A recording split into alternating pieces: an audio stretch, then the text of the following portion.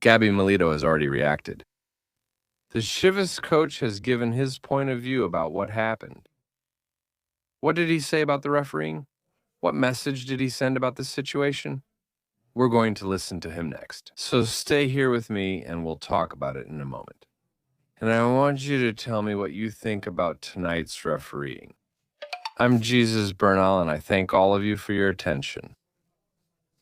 Thank you very much for being here with me to talk about the latest regarding the Chivas team.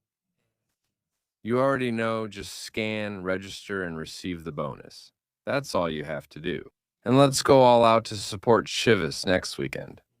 So without further ado, let's start with this video with the latest news about Chivas.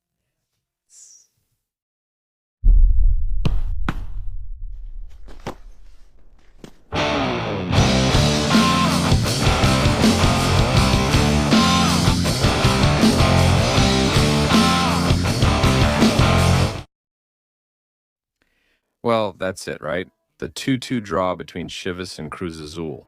But obviously the conversation is going to focus on the refereeing issue. It's very clear. The referee was a factor. Maximiliano Quintero had an influence and ended up hurting the Guadalajara team. A victory that could have been for Chivas, but in the end, it ends that way, right?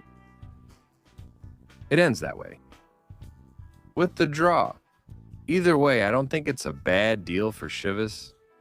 I think it's an interesting result that Chivas has right now. And it was obvious that Gaby Milito was going to be asked about the refereeing. What did the Chivas coach say when he talked about this topic? Let's listen to Chivas coach Gabriel Milito. I would like to give an opinion, but you already know. What do I think regarding the refereeing in the matches? Not my. As usual, I don't talk about it, and I won't now either. Because it won't change anything at all. Right? So it's better to focus on talking about the game, about the match. Because later, when it comes to analyzing different plays, well, you are the ones who can give your opinion, and I prefer to focus mainly on talking about the game. Regarding Sandoval, nothing he does surprises me at all. He's a player who pleasantly surprised us from the very first day we met him. And whenever we needed him, he was there. And despite his youth, he has a great mentality as well as great talent. So these things happen to them because they have what it takes, right? And for me, it's no surprise. Thank you. Hi Gaby, how are you? Cesar Caballero from ESPN. Greetings to everyone watching Football Picante Live. So tell us, How do you feel about the draw? Given how the match unfolded, after going ahead twice and not being able to hold the lead, does the draw feel like too little? Tied after a controversial play you'd rather not discuss, but it was clearly controversial. Does the draw feel disappointing tonight? It was an even match. It was really an even match. And that's how the second leg sets up. Always. In every new match we play against Cruz Azul, regardless of the result, they've always been very hard-fought games where they try to neutralize us by playing one-on-one. We face each other and try to neutralize by playing one-on-one because both of us want to have control of the ball. And one of the ways to control us is, in the end, by playing one-on-one. That's the kind of match we expect. And it was very contested, very intense. The player put in a great effort.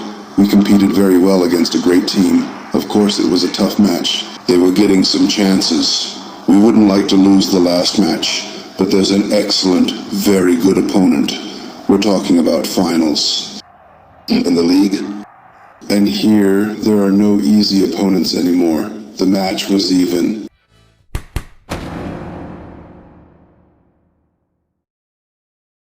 And on the other side, the coach of Cruz Azul, Joel Wiki, also spoke, who likewise gave his point of view about what happened, his post-match analysis after this 2-2 draw between Cruz Azul and Chivas. Let's listen to the coach of La Máquina. The This is Joaquin Adrian Esparza for TDN. How complicated was it to prepare these days with some absences, with the uncertainty of whether Rodart was available or not, whether Toro was available or not, having to modify the system, seeing Jeremy today as a right back or right wing back? With all these surprises and absences, we saw debuts today and players with just 6 minutes in the first division. How was your week? This is the playoffs, my friend Adrian. The playoffs are like this, right? Obviously, there are always complications when you present a game plan, and especially injuries, right? Sometimes some players' physical issues can get a little worse in a match like this, right? But thanks to the squad we have, I just finished closing out some very, very significant stats, right? As you mentioned, they're young players with little experience and few minutes in the first division. And today, do you like any of them? First decision. So the approach was simple, to put Jeremy on the outside. I think he gave us a lot of important information in the duels with Gonzalez. His build-up was quite good, and so was his. The physical ability to play on the outside gave him an edge out wide, and this is part of the playoffs, not for me. I love the excitement because these games are so open, especially with such an incredible team like Chivas. No, they take the initiative, they're going to press you, they play, they're intense, and the series is still open. It's an incredible series. I'm very happy with my team. They've proven themselves and overcome a lot, right? From many hard blows, and today they've shown that they're ready to win the championship. Obviously, the second leg in Jalisco is still left, and well, let's hope to God that everything goes well and we can make it to the final, Armando.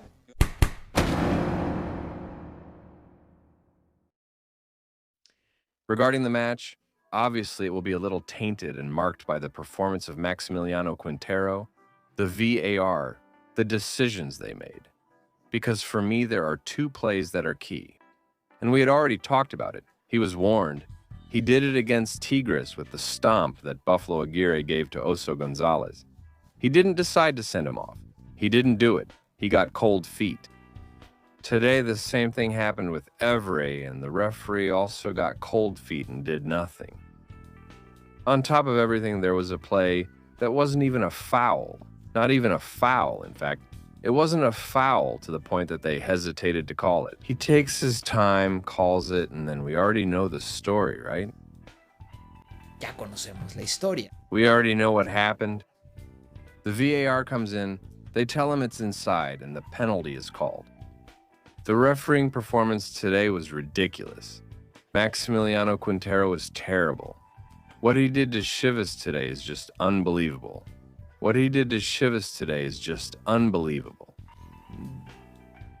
And as they say, it's not his fault. It's the fault of whoever put him there. I mean, also, and we had talked about this too, how does the refereeing commission even think of assigning such an important match to a referee like that?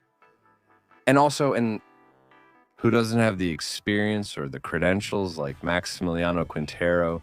I just hope that for the second leg they stop experimenting and put someone good enough, or at least not bad, to try to manage the Chivas Cruz Azul match at the Jalisco properly.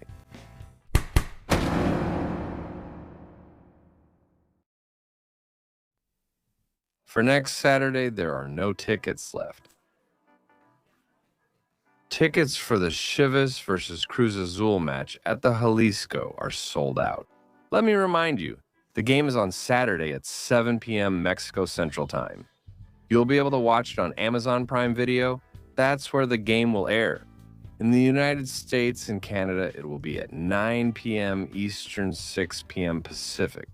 And you can enjoy it there on Telemundo. Those are the options available to watch this match. Alright, we'll end this video here. Thank you very much for your attention. Keep subscribing, commenting, sharing, and liking. And I'll see you next time. I'm Jesus Bernal. Goodbye. Follow our page.